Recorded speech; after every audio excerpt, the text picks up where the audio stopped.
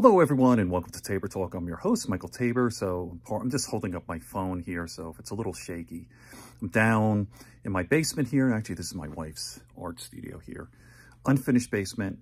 It's not too cold, so I'm just doing one here. So anyway, watched a real interesting documentary last night on Netflix. It's called Voyeur. True story documentary. Gay Talese, if you're not familiar with Gay Talese, amazing writer. He's getting old, though, now. He's 81 years old. But he wrote a book, Honor Thy Father, Thy Neighbor's Wife. He wrote many articles for The New Yorker.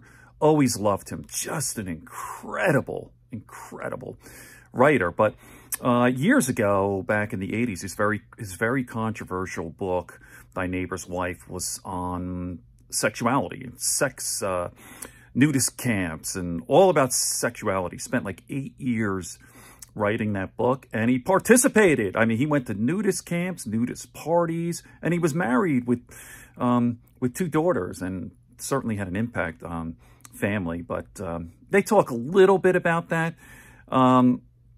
So anyway, this story, Voyeur, is about this guy who purchased a motel, like a cheap motel for in Colorado, I believe. I'm not sure location. It doesn't matter, but in a touristy area, but purchased a motel for the sole purpose of spying and peeping Tom and you know, for his voyeuristic proclivities. So what he did was he had like this motel and the on top of the, like, it was like a pitched roof, and he had like these vents, and he would actually just observe people in ordinary life, like everything, like, you know, going to the bathroom or having sex or eating or just sitting there. And he was obsessed with it for decades, years and years, and he never got caught, you know. So he wanted to come clean. He's an old man. He contacted Gay Talese, and the first thing was the article in the New Yorker, and it was a great article and all this, and there's so much in there. There's actually, he witnessed a murder, the whole thing. But it's really an interesting sort of exploration of voyeurism.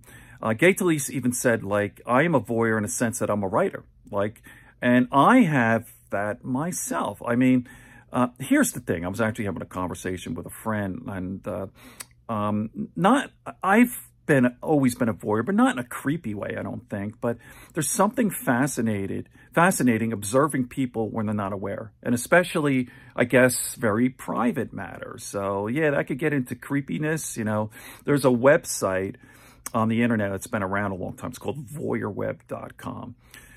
So, you know, that's a little creepy, you know, nude beaches, women unchanging and in the shower. And I have this, I guess, going back, I'm really opening up here, but as a child, you know, as a teenager, what interests you later in life when it comes to sexuality? By the way, there's a great book called Perv. I forget the writer's name, but he's a great writer. And he discusses this, like, what, as an adult, what is it that, why are we turned on by certain things? And he gets into about fetishes, and it's usually things that happen to you when you were a child, like right around that puberty time. So if you happen to see, I don't know, like you're exposed to a woman's feet and you're going through that period, and you happen to, you know, have an orgasm or something, that'll be a lifelong sort of thing. So anyway, voyeurism, super interesting. The story gets interesting because some of it's not true or whatever. Check it out. I enjoyed it a lot. Gay Talese, Voyeur on Netflix. Okay, good friends, good books, and a sleepy conscience. Peace, love, and understanding here on Tabor Talk.